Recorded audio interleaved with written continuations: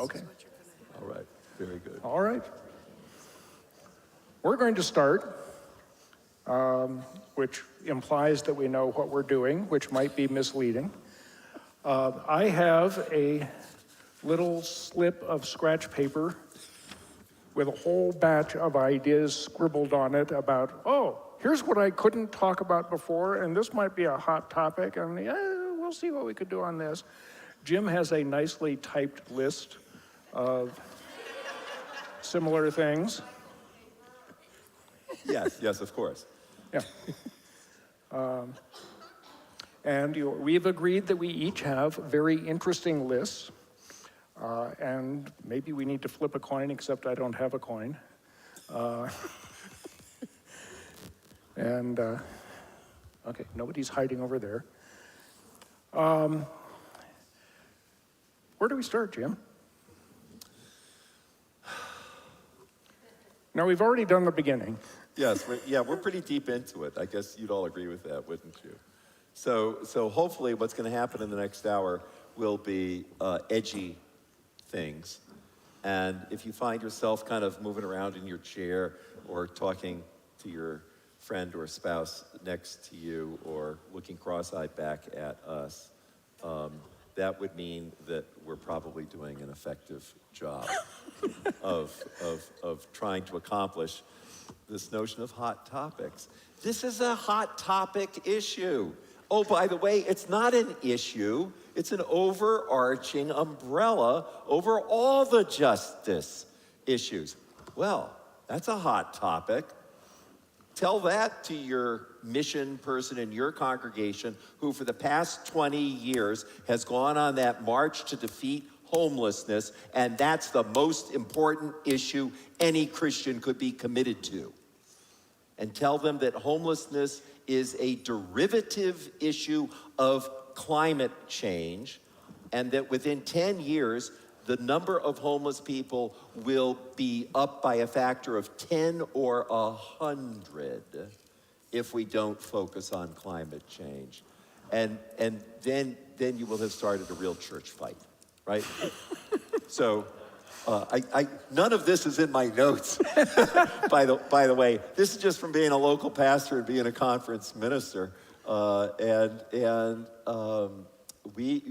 are in the realm of hot topics, right?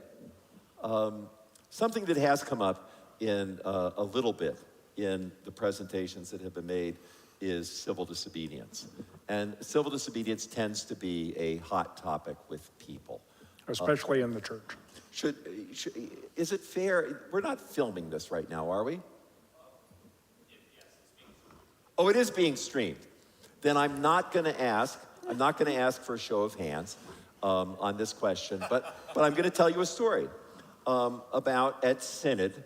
The second resolution that I wrote was in the 2017 Synod. So, you can do the math. That's 5 or 6 months into President Trump's situation. And the focus of that Synod resolution was to declare that a new moral era had begun. And I had the opportunity to go to the microphone, as I am always wont to do at Synods. And you get 1 minute, right? And I wanted the minute to focus on nonviolent civil disobedience in relation to this notion of a new moral era. So I began by asking the 800 delegates, how many of you have committed civil disobedience over the past, 10 years? And I don't know, I think 20 or 30% of them stood. And I started to cry. You only have 1 minute. And I'm standing there blubbering. Because I expected like 2 or 3 people to stand up, and it was more like 50 or 70 or 90. It was so many you couldn't count them all. And I looked out at all the audience, which was maybe 2,000 or 3,000 people, and I said, "Can you believe what we just saw?" And I said a little bit about the history of civil disobedience at that time. I'm not going to attempt to convince any of you that civil disobedience is your particular calling, but I would hope that at least by talking about it out loud, it might become an opportunity for any of you who have some nascent understanding that you might be called to a nonviolent civil disobedient action to ponder doing so. I engaged in several while I was conference minister, and talk about a hot topic. To have your conference minister getting arrested is maybe not the best idea in the world if you're a denominational leader. Well, it turned out I had unambiguous support in the Massachusetts conference for my taking action in that regard. I'll tell you a related issue in this regard, and then I'm going to turn it over to Peter to grab whatever his first hot topic is. Related to this was when I got hired as conference minister, in the process of being hired, the board of directors was interviewing me, and it was going very well. And they were about to say, basically, you're our conference minister, you're our person. I said, there's one more issue. I said, as conference minister of this conference with 400 UCC churches, 70,000 UCC members, 900 UCC pastors, I need to spend at least 10% of my time on climate justice. And one of them was courageous enough to lean forward and say, wait a minute, Antal. What don't you understand about this job? Do you realize this job is so difficult that your predecessor, Nancy Taylor, who was now the pastor of our flagship church, Old South Church, Nancy and I are very close friends, that she couldn't take this job for more than 3 years before she had to, run away and get herself a important, prestigious pulpit. What makes you think you can spend 10% of your time on your favorite topic? So you can imagine I talked this person down from recognizing it as your favorite topic. And then I said, I cannot take a leadership position in the year 2006 in the church in America and not do that. I need you to have my back. And they sort of reluctantly looked at each other and said, okay, we'll have your back. And 12 years later, when I ended and retired from that position, I was spending 30 or 35% of my time, and they had my back all those 12 years. So if any of you are thinking, wow, this is, and some of you have already expressed that in our questions, wow, this is a hot topic, I don't know how it's going to go over, I feel like I'm in a minority in my congregation, and so forth, that's real, and it can pivot. And I'm at least here to encourage you to go to God in prayer about that calling. Yeah. And to build on what Jim was saying, let me suggest that effective civil disobedience is not a solitary act. You don't say, I'm going to go down to ExxonMobil headquarters and chain myself to the door and get arrested all by myself, because that's not going to do anything. So if you're thinking about this being a movement that needs civil disobedience, find colleagues, find affinity organizations that are working at this. Jim has done several things. I think of the one in Roxbury with the pipeline, a clergy protest sitting in the trench where a pipeline for fossil gas was being installed, high pressure pipeline through the middle of a Boston neighborhood. And we had 9 clergy from different denominations and different faiths. So we had a Hindu, a Buddhist, a Muslim, and a bunch of different Christian and an Orthodox, and a bunch of different other Christian denominations represented. And doing that as an intentional strategy with good media connections and whatnot, that's how it begins to be effective. So they still built the pipeline. So if you're thinking, this is part of a hot topic, right? If you're thinking, oh hell, they still built the pipeline, that wasn't effective, right? And we're not called to necessarily have the outcomes that we desire. What we're called is to bear faithful witness. That's our calling. And there are many, many, many, many ways to do it. But people get confused about civil disobedience. A more current example is when these young people in Europe and in England threw cans of soup at a Van Gogh painting, and there was another painting. I forget who the painter was, but these were two precious. But Van Gogh's painting of all the sunflowers was one of them. And you know, it turns out, Peter, you may know more about this than I do, that after they did this, there were some really good media organizations that did polling, and it turns out it had a negative effect on people. People who prior to that were like, you know, all in favor of climate action and all of that said, this is ridiculous. You know, we shouldn't be harming great, you know, eternal artworks. But they weren't, because the organizers of this carefully picked pieces of artwork that were sealed behind glass. And, you know, the cleaning crew could come in with some Windex and, you know, paintings on display the next day. That was not adequately presented in their saying, we're doing this to publicize our cause. We have not hurt the painting. I had mixed reactions until I dug deeper into the stories and found that. And I must say, I did too. You know, my mentor, Henry Nouwen, wrote a book on Van Gogh's paintings.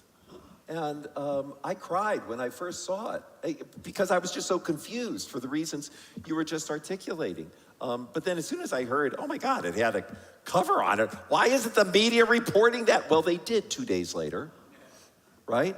But After we'd all had our visceral reaction. Exactly. Yeah. And that often happens with climate actions. You know, when you're sort of a radical climate activist, as I am, it's often the case that the media only get part of the truth the first time, and maybe if you're lucky, the whole truth comes out a little later. Maybe it doesn't. And you have to be spiritually centered enough to know, you know, that's part of your hope, but it's not why you did the action. You did the action because of God's call. That's the why behind taking these actions. Yeah. Deep breath. Stretch. We're going to change topics. Totally different hot topic that is both a deeply moral question and a profoundly pragmatic question. How do we deal with a just transition towards a fossil fuel-free economy? Several of the workshops have touched on that. There's one tomorrow morning that has a very small sign-up dealing with specifics in Colorado. We have a situation where we, the people, where our governments have said, we will transition off these fossil fuels. And there are workers and there are communities who have been totally dependent on that fossil fuel industry to keep them going.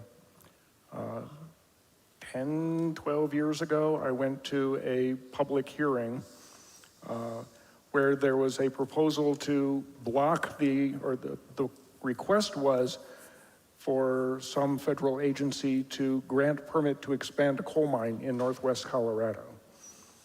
And we were saying, no, we have to leave fossil fuels in the ground. We should not be expanding mines. So I put on my clerical collar to go testify, because a lot of that is public theater, and went to a hotel in Golden. And the fossil fuel companies, the miners, had chartered buses and brought in 50 or 60 of the coal miners to testify that they needed to have this for their lives and their community. And the speakers alternated with absolutely incompatible views. We need to leave the fossil fuels on the ground. We need to have these things because my grandfather was a coal miner. And I was fairly well down on the list. I think we got 2 minutes for that. And I made the case that climate was an emergency And we needed to do that, and it was not acceptable for the needs of a fairly small group of people in Northwest Colorado to add substantially to the global climate crisis because their jobs were at stake. As a moral statement, the greater good is the planet. And, I said, that means that we need to work really hard to find ways for those communities and those workers to make a transition. I think I was the only person back then who named that publicly in that setting. It was certainly being said elsewhere. That has expanded. It is now a clear moral, political thing about just transition. The state of Colorado, I believe, is the only state that has an office of just transition. And it is focused only on coal mining communities because there are, 3 or 4 operating coal mines in the state at this point. So you can say pretty clearly, this is a community that's going to be hit hard. Craig, Colorado, Lee's been a pastor there. You drive into town, and the logo of the town is piles of coal with smokestacks sticking up out of it. You know, it is central to the life of that town. So the state of Colorado is helping with the coal towns. When you get into oil and gas, there are 50,000 active wells in the state of Colorado. And language I've learned in the last 2 months, there's upstream, midstream, and downstream workers in the oil industry. The upstream people are the folks who get it out of the ground, midstream moves it around, and downstream does the refining and marketing. And the oil and gas industry will tell you that the economy of the state of Colorado will collapse if we stop fossil fuels in the state. And the workers basically will refuse to even acknowledge that anything can be done about climate change because the threat to their jobs is so great that they simply say, we will not change. We need to save our good union jobs. I got to serve on the Alliance Centers, a nonprofit agency based in Lodo, and they organized a Just Transition Roundtable in December and January. And 24 of us gathered 5 or 6 times by Zoom to try and figure out the moral, economic, political issues that have to be addressed if we are going to make this sort of a just transition. And there's a long report. It doesn't have page numbers. There's another copy of it on the table out in the hall that are going to the legislature to say, here are the things we need to work on. These are the state offices that need to be involved in doing that. These are the sorts of retraining, reemployment things that need to happen. These are the issues about the undocumented workers who are in the oil fields that you haven't even been able to count. How do we do this? And another fascinating piece we heard one presentation on, and again, there's a report down the hall, and I probably can't find it because I have too many papers here. The oil and gas industry is not the behemoth that they would like you to think.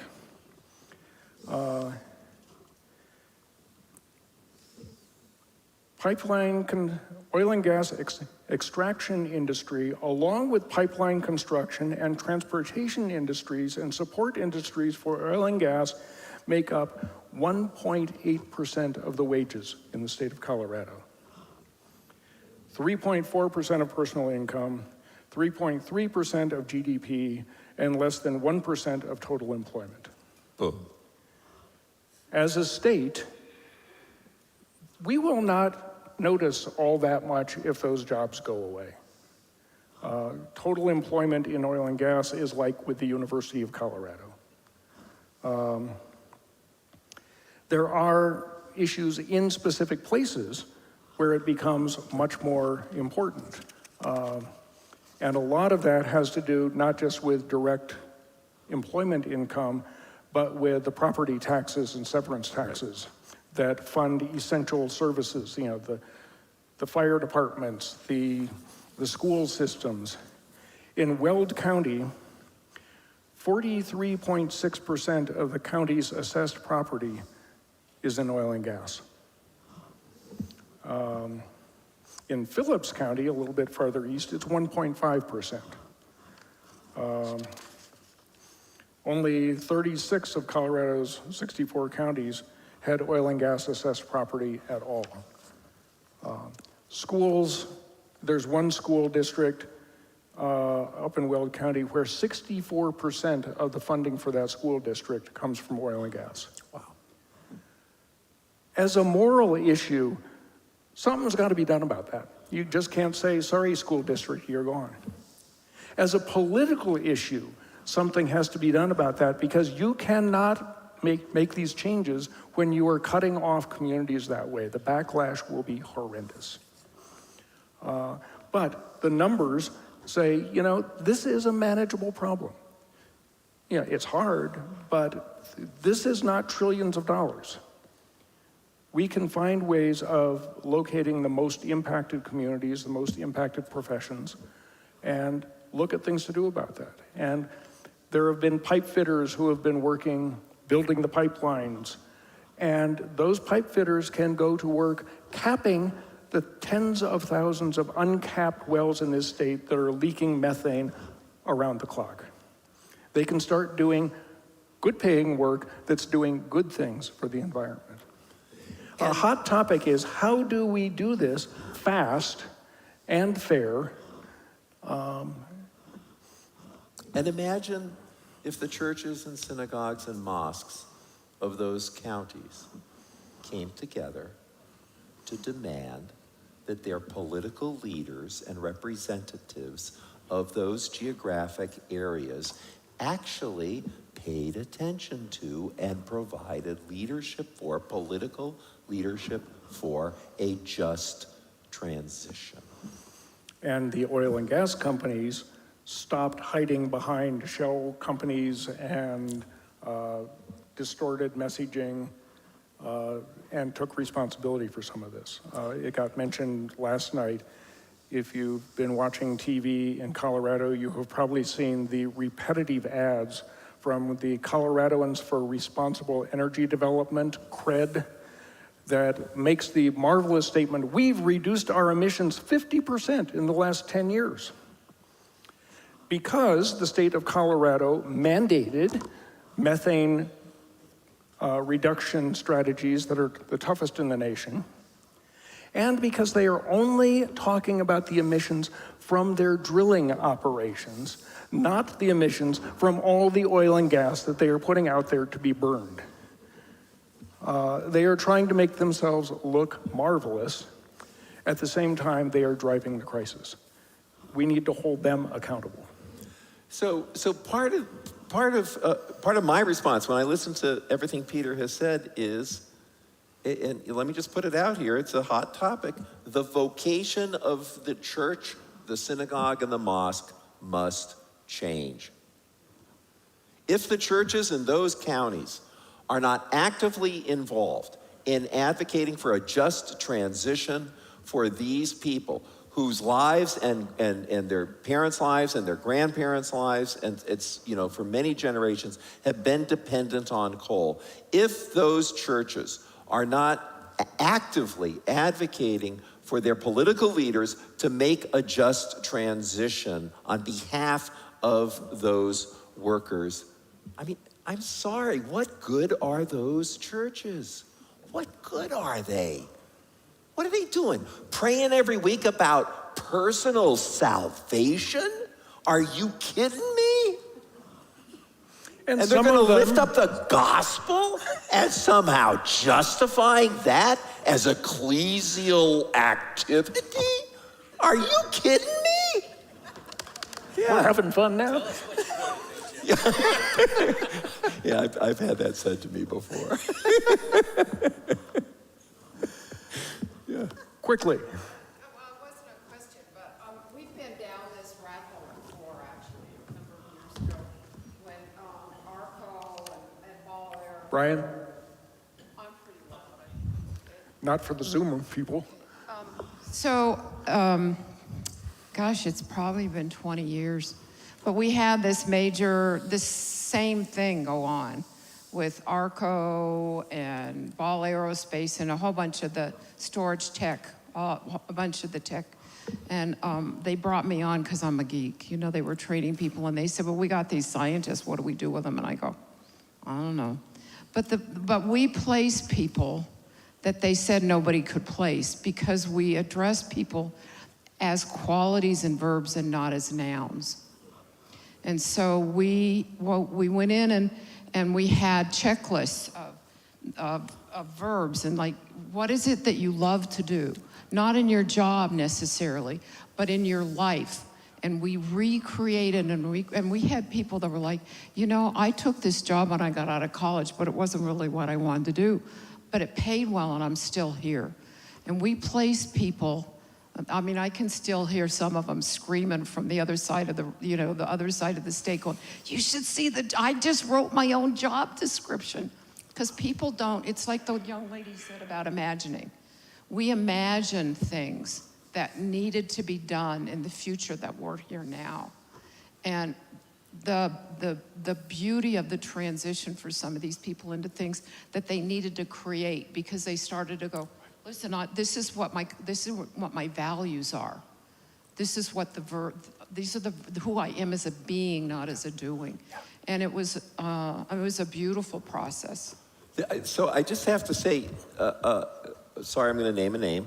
Imagine if Mitch McConnell were to show this kind of leadership in Kentucky. Because he knows, and everybody in Kentucky knows, that their state economy has to change. And imagine if Manchin had shown this kind of leadership instead of insisting that this Mountain Valley pipeline get put through. It's not going to go through anyway, I can tell you that much, because people will put their lives and their bodies on the line, and that pipeline will not be built. But the good news is that in West Virginia, the coal mining museum put solar panels on the roof. Because it made good sense for them to do that. Yeah, and I mean, that's the kind of world we live in now. Yeah. And we who are concerned about this issue, we who, many of us at least, and maybe more of us as a consequence of the past few days, will self-identify as activists, we need to know these stories about the coal museum with its solar rooftop. Yeah, we need to know those stories. Yeah, so maybe you already know this, but in France, any new parking lot built has to have solar covers on it. Because it's waste space. It's simple. The transition, and it can be a just transition, isn't complicated. It just is a matter of we're going to take capital that previously, for the past 170 years, has been invested in this industry, and we're going to shift it over to being invested in that industry. And Diane, you mentioned imagination, which has also come up at other times today. And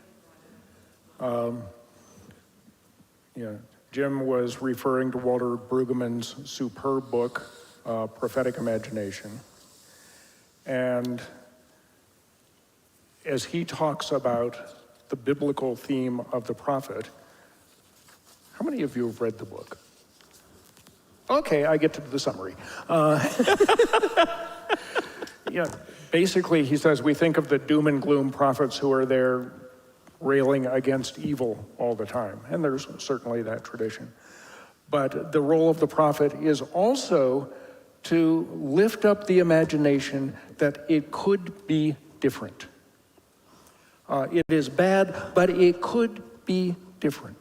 And Brueggemann says it's not necessary for the prophet to spell out all the details, to say these are the programs that we could put in place.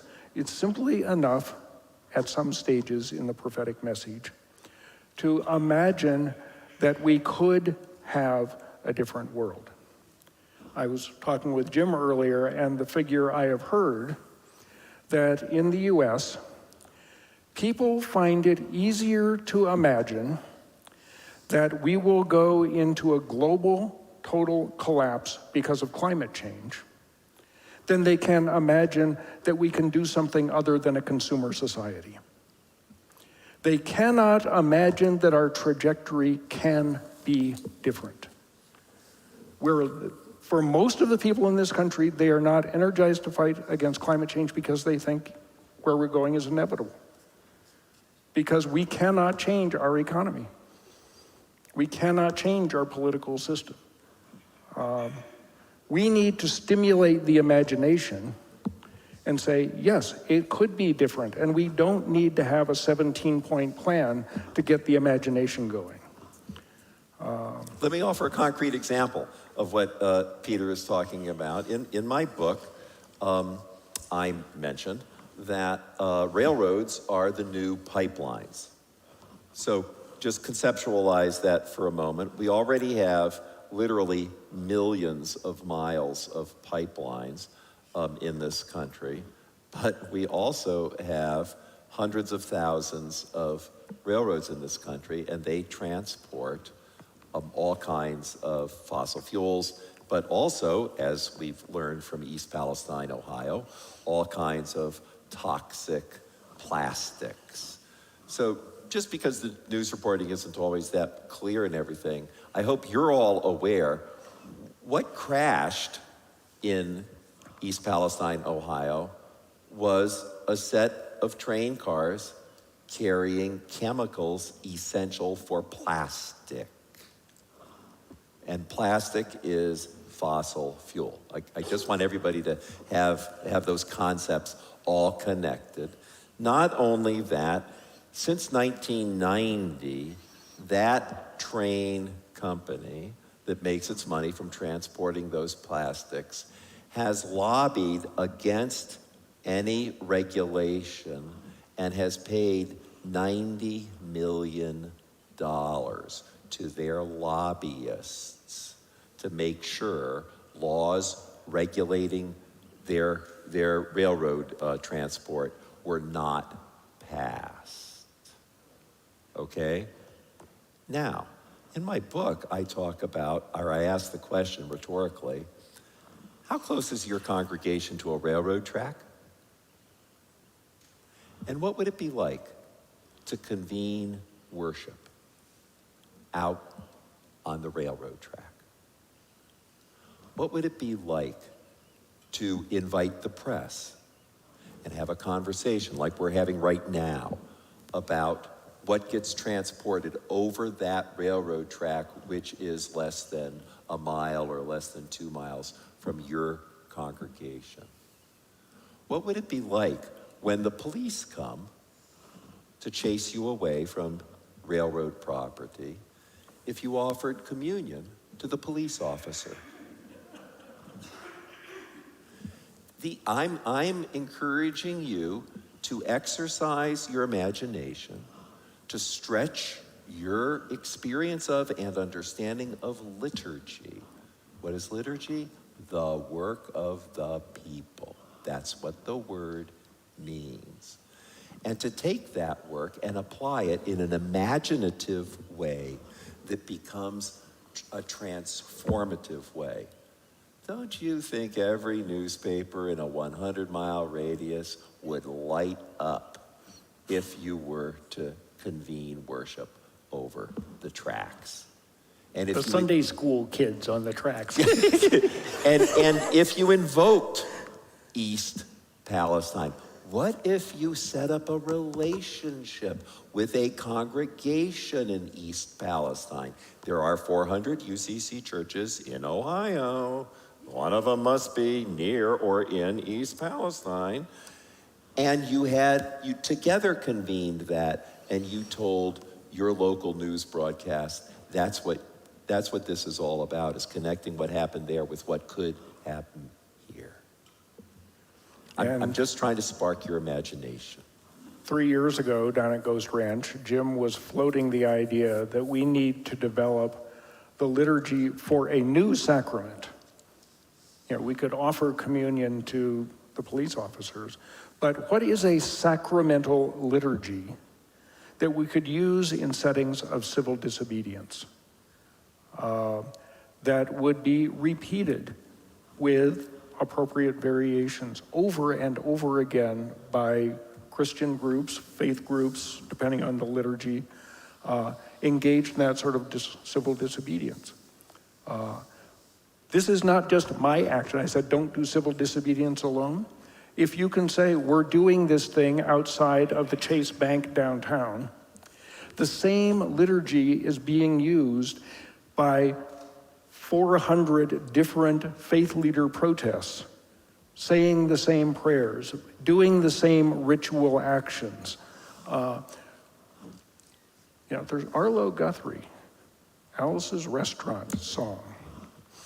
If there's one of you, you're just crazy doing this stuff, if you're singing this song in the draft office.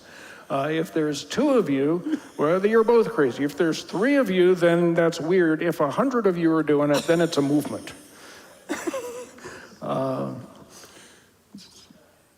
How do we build the visibility and the power of what we're talking about? Thinking about building visibility and power, a year ago, the war in the Ukraine began, right? That's either a year ago today or a year ago yesterday was that anniversary. And I'm wearing blue and yellow. I just realized. I And picked it this morning when I was waking up, but I'm wearing blue and yellow, which fits. And 1 week after that, Bill McKibben wrote a piece in the New Yorker in which he said, we need to declare the, what's it called, the official, the emergency, not proclamation, emergency defense act, the Emergency Defense Act, that would allow the government to mandate certain industries to shift their focus from whatever it is they're manufacturing to manufacture heat pumps. And that we should provide Europe with 1 million heat pumps.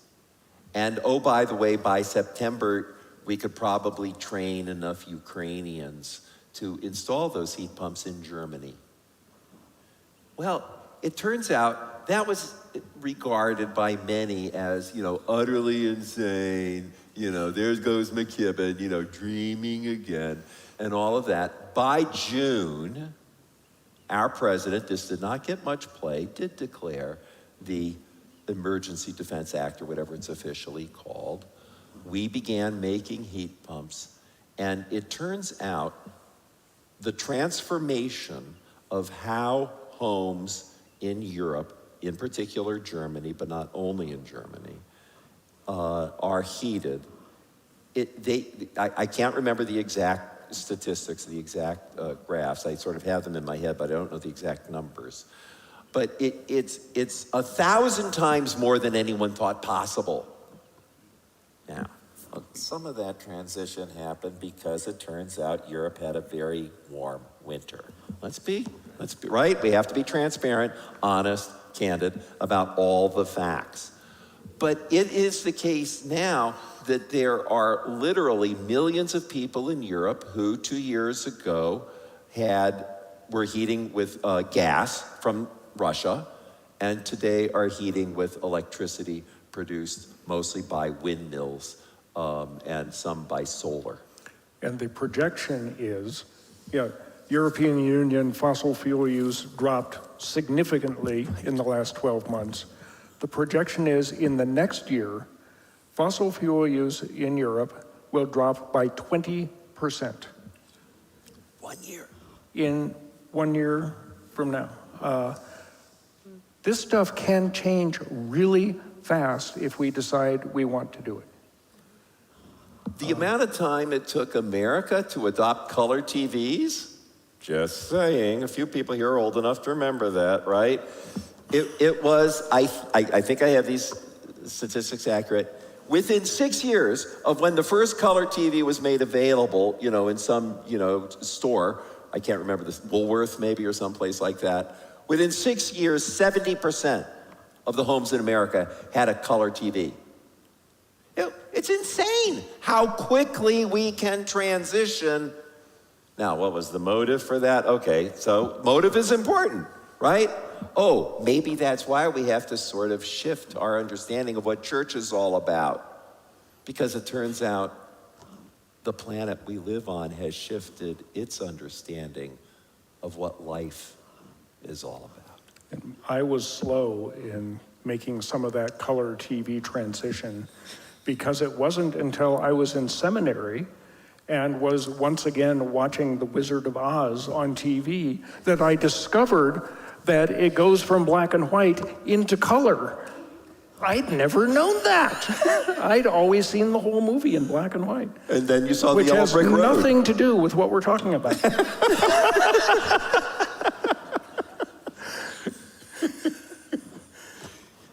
Yes. I have an observation to make.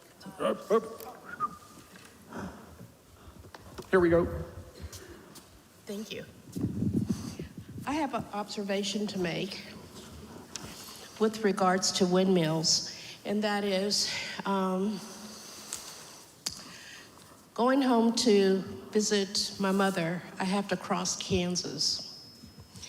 And I would say within the last 5 years, maybe a little more, I'm seeing those windmills that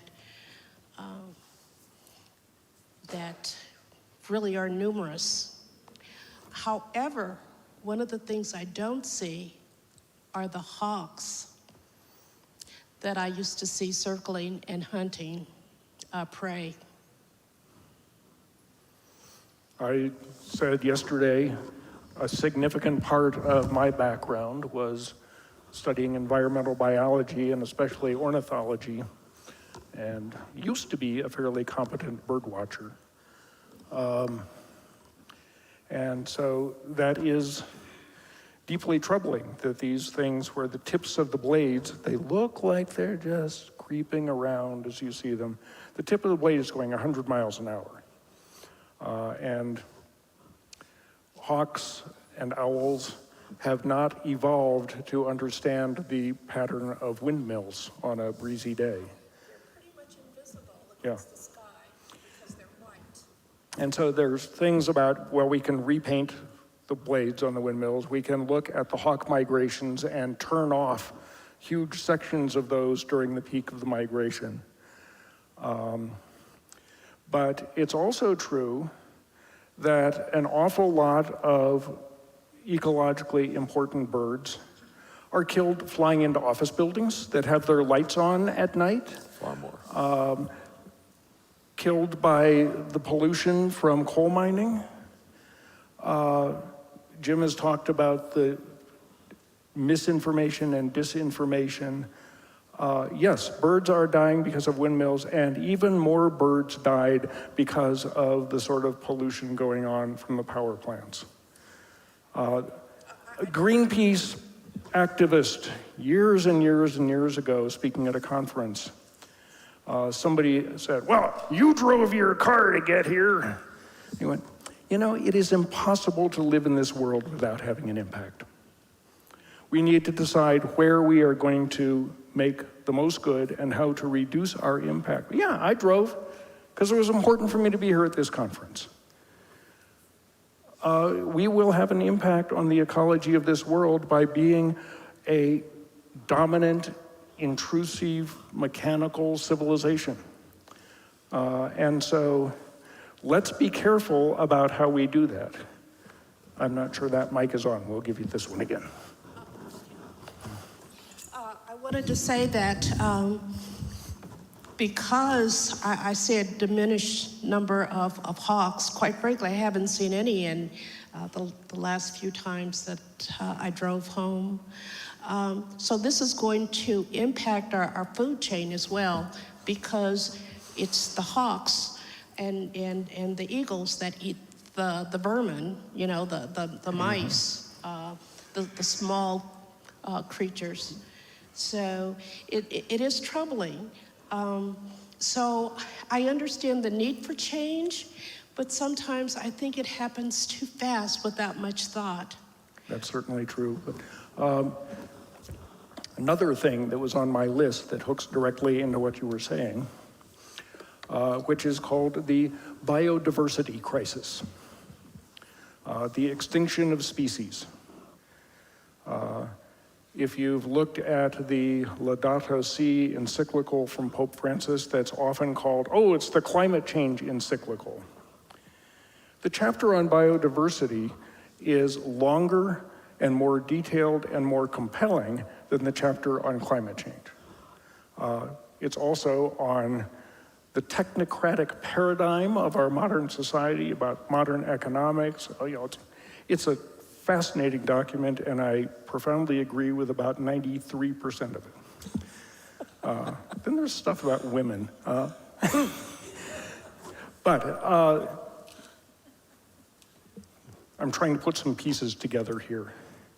There is a very important graphic put out talking about the 9 planetary boundaries that our society is exceeding or might be exceeding, that any one of which can be catastrophic to the health of the planet. Climate change is number 3. Number 2 is nitrogen overload. If you were in the water session, Chelsea talked about the dead zones in the oceans and blamed it on sediment. No, it's blamed on nitrogen pollution from fertilizer that washes down the Mississippi River, and that causes algae blooms that sucks all of the oxygen out of the ocean. And the number 1 crisis that is just, it's a circular diagram with things radiating out from the safe zone into the danger zone. By far the longest piece on that set of graphics is for biodiversity loss. We saw Yellowstone, what happens when you remove one important species, and it rejiggers the whole regional ecosystem. We are talking about losing half the species on the planet within this century. This is not a matter of, oh, the cute little bunnies, I won't get to see them. This is a matter of losing the pollinators who make agriculture possible for us and life possible for every other animal that depends on plants.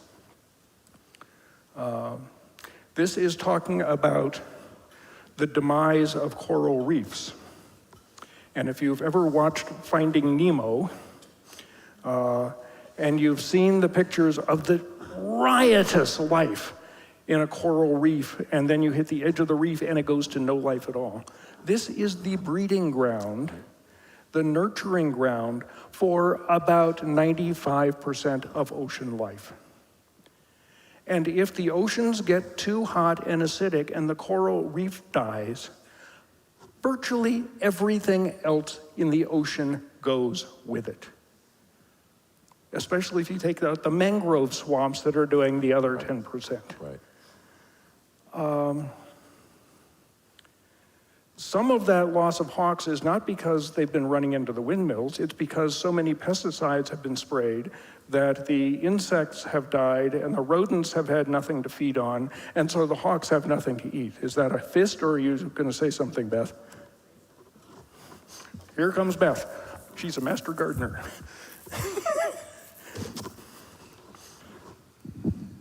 Okay, one of the problems with birds right now is that we've got too many exotic plants, plant natives. Yes. One of the problems is that we have so many insects that like only native plants. Therefore, they can't eat. You know, you get these things, insect repellent plants. Well, they're not helping the environment. Oh, I'm having fun. We need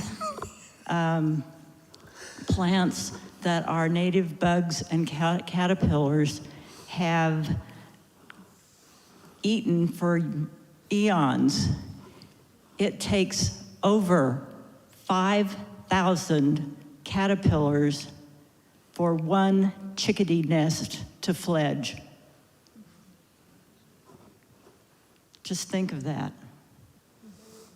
It takes over 5,000 caterpillars for one chickadee nest to fledge. That's why I'm planting nothing but natives now. I planted other stuff before, and they are growing like crazy. I don't have to water them once you get them established, and they're beautiful. And I'm getting more pollinators. I'm getting more bugs in my yard. I'm seeing more spiders. I love bugs because they're feeding the birds. That's one of the reasons our birds are declining, is because they have nothing to eat. Baby birds have to eat something soft, not hard like seeds. Amen. One way to frame the conversation that we've had the past 5 or 7 minutes is to say that there is, on the one hand, an exponential curve of disaster that we happen to have been born into. And then, on the other hand, there's an exponential curve of solutions that are already available. And the fundamental question is, and it goes back to really what you said so honestly and transparently, will we embrace change enough so that the exponential solutions can be embraced fast enough to overcome the exponential run of potential disaster? And that's a tall ask, to your point. It's asking a lot to love those windmills in Kansas when you don't see hawks. Where the heck are those hawks? And yet, somehow, we have to come, in addition to the pain we feel about not seeing the hawks we used to see, we have to come to love those windmills because they represent the overcoming of the exponential disasters that, for the most part, we don't want to face. And, include me on that list. I mean, Peter and I spend way inordinate amount of time facing these disasters. It doesn't mean we like it. It doesn't mean it's fun. It's as hellish, right? You can testify to that, can't you, Allison? Yes, so can my wife. But somehow, each of us, independently of each other, and it's so wonderful that we found each other, have accepted this as our calling. Because it is so painful. In a way, that's right. As I said yesterday, when I finally came to grips with the reality of the climate crisis, that was in me. And that pain was going to be there forever and ever. And I then needed to say, what will I do to make it possible to function in the rest of my life? And it doesn't mean that the pain has gone away. Right. But I found some coping mechanisms and some sense of balance. Right, Allison? And to create conditions in our houses of worship where people recognize that the call to face the climate challenge is a call to wrestle with what Peter just said, right? And let me go to an odd analogy in that. Scientists are, I come from a family of scientists. I know there are many scientists in the room. Scientists are like the last people to raise their hand to become activists. And yet, as I said in my talk, last April, over 1,000 scientists in 25 different countries organized themselves and simultaneously bore witness in nonviolent civil disobedience, which caused some of them to be arrested, in order to speak out on this issue. And more scientists are doing it. And that, for me, becomes an inspiration to say to you as church people, and I would say it to Jews and Muslims alike, that this is really our calling now. It's really the conditions in which we find ourselves that call out of us the gifts God has given us to address the creation crisis that we're facing. We do have to be very careful. Yeah. Do we need to do a time check with our audience? This session is scheduled, at least according to my little name tag slip, to run until 8:30 when Leanne gets to close us. She's on her laptop over there. She may still be writing that service. Okay, so how are you folks holding up? Jim and I can keep going all night, probably. Or we could go home and get some sleep. Should we keep at it for a little while longer? If you need to run away, and some are. Anybody with a burning issue or question that you feel would be good to address a little more? Okay, so here's another one off my list. Because we've been heavy and depressing, and I ran through the list with Jim just as we were getting settled here, and he said, "Ooh, that would be a good one." What's the role of the arts in social change? And I printed off some things very carefully so I could talk about it tonight and left them at home. Two things that come to mind on it that I'll just toss into the mix. One of them is a marvelous quote from Pete Seeger. Am I taking your comment away, Allison? The quote, I believe, is, "The right song at the right moment in history can change the world." Amen. And Pete can say that with authority because he's had several of those right songs at the right moment to do it.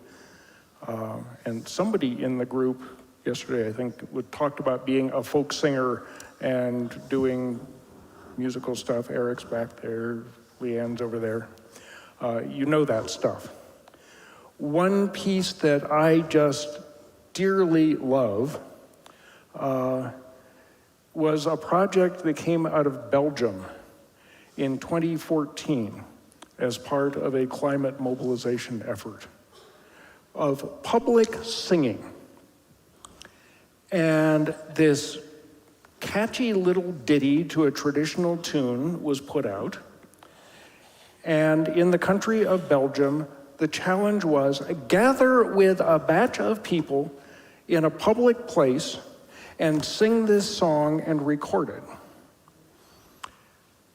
They had 600,000 people taking part in singing this song. Whereupon the school children said, well, don't leave us out. And another 300,000 school children sang the song, and a beautiful music video of it got done.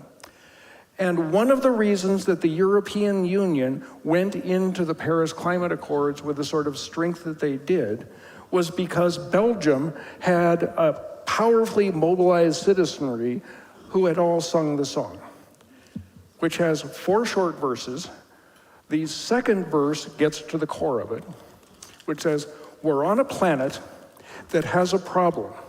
We've got to solve it, get involved, and do it now.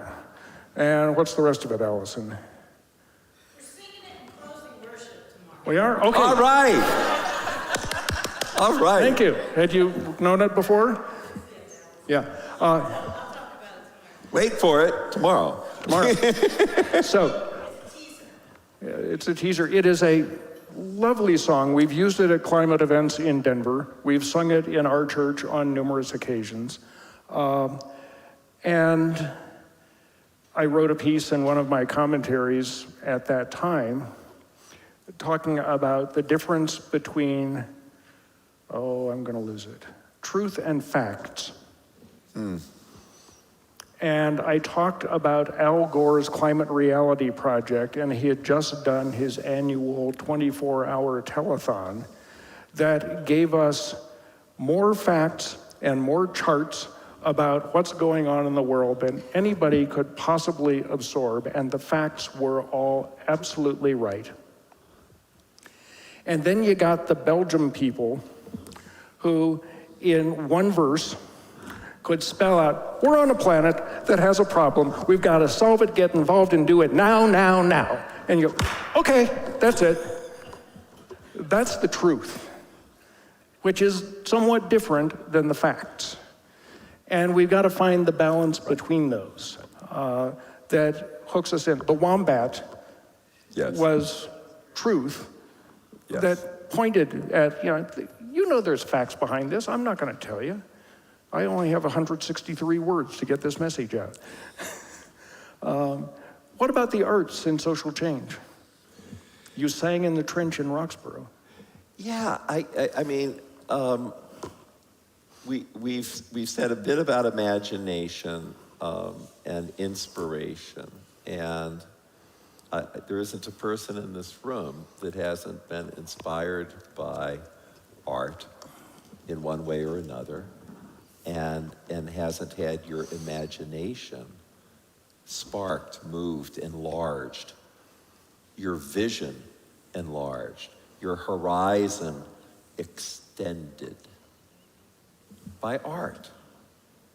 And I think back, I was very involved in the anti-nuclear war movement in the 70s, and there were educators for social responsibility, as some of you who also may have been involved in that. But there was also artists for social responsibility. And they came up with, the most brilliant ways to deal with, the most horrific topic, right? Nuclear war. It's the same with climate change. I was speaking out at Star Island, which is a joint Unitarian UCC island off of that little bit of coastline that New Hampshire has. They have like 10 miles of coastline in between Maine and Massachusetts. And there's a set of the Shoal Islands out there, and one of them is Star Island. That's a UCC Unitarian camp, has been that way for 200 years. And they had a week on climate, and I was keynoting. And lo and behold, there was a guy who was an artist who had been so moved, prior to hearing me, had been so moved to shift his entire medium, this is hard to imagine, into working with tar sands and doing paintings which are all sort of uniformly black, or at best a little gray, but mostly black, with literally tar sands, and using his artistic capacity to spark the viewer's imagination around getting involved with climate change. And it may sound a bit obscure. I found myself crying for an hour to think, I want to make this important link, that his vocation had pivoted from being whatever artist he had talent for to being this artist, which the sort of medium isn't about talent, it's about witness. And he made that pivot. Why? Well, because he happened to have been born in this time, when it turns out God's creation is at stake.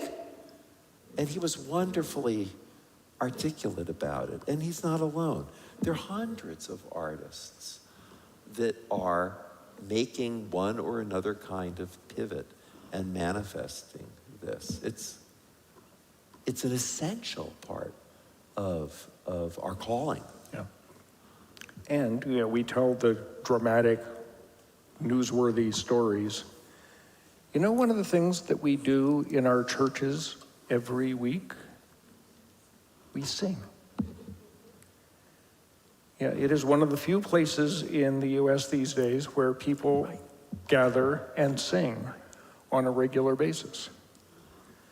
In our Earth-Aware Worship workshop this morning, we looked at hymns as an important part of how we do that worship. And we thought, gave him a couple samples and said, is this an earth-aware hymn? And most people looked at the first one and said, yeah, look at these things. I said, well, I wrote a thing on it saying, this is a hymn that makes me gag. Because it's got this thing that suggests all of creation is designed to get to thinking humans.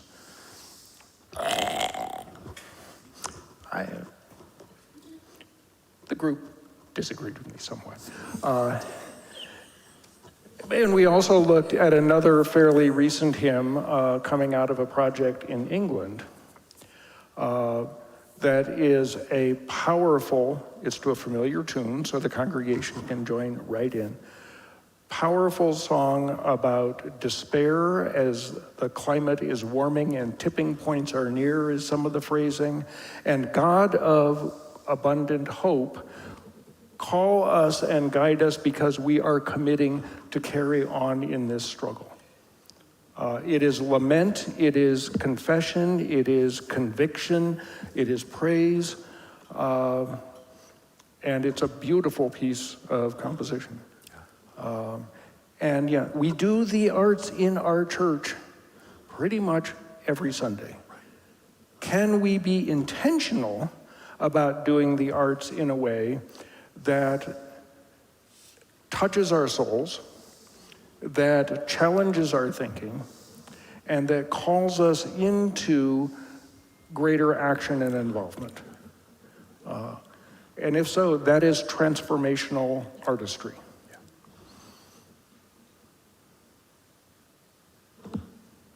Well, thank you for your attentiveness, and let's shift to worship.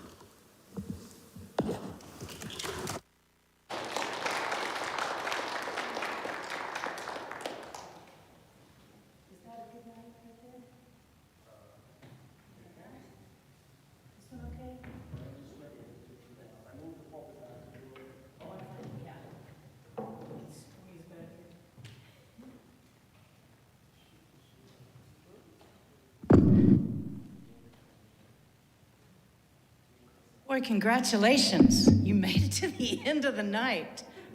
I can't believe it. Way to go. Way to go. It's been an exhilarating day. It's been a hopeful day. It's been an exhausting day. And I know that many of us are carrying around pain and confusion as we look at the state of our beloved Rocky Mountain Conference. It's been a hard day in that respect. So this song that we'll sing is about how to live with strength and centeredness right alongside the challenges and chances and changes of our lives. So tonight I offer this song as a prayer for Sue Art, for our conference board, for anyone who is hurting right now. It's a song you'll just, the words are up here, but I'll sing a line and then you sing it right after me, but that'll keep you on track if you're more of a visual person. Let's just start with a moment of silence for us to be present to whatever we're feeling.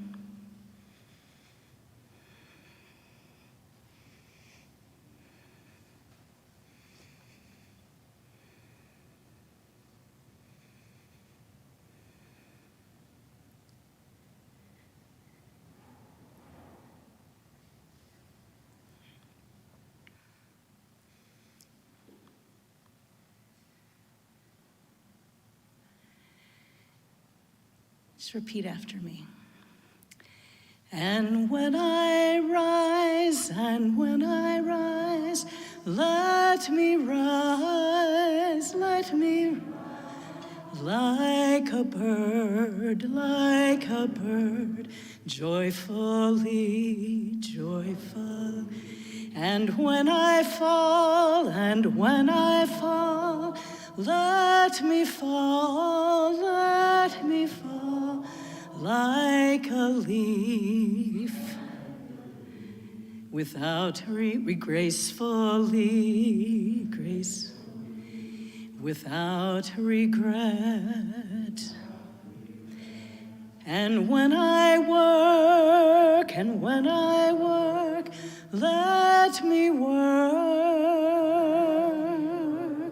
like a bee, wholeheartedly. And when I play, let me play like a breeze, fresh and cool, light and clear. And when I stand, let me stand like a tree, strong and tall. And when I lie, let me lie like a lake, peacefully, calm and still.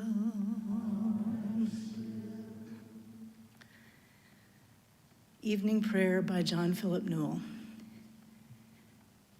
In the infinity of night skies, in the free flashing of lightning, in whirling elemental winds, you are God.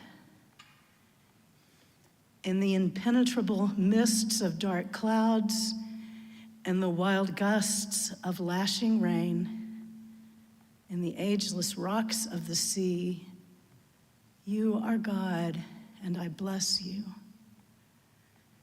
You are in all things and contained by no thing. You are the life of all life and beyond every name. You are God, and in the eternal mystery, I praise you.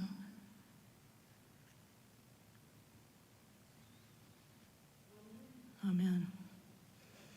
Good night, friends.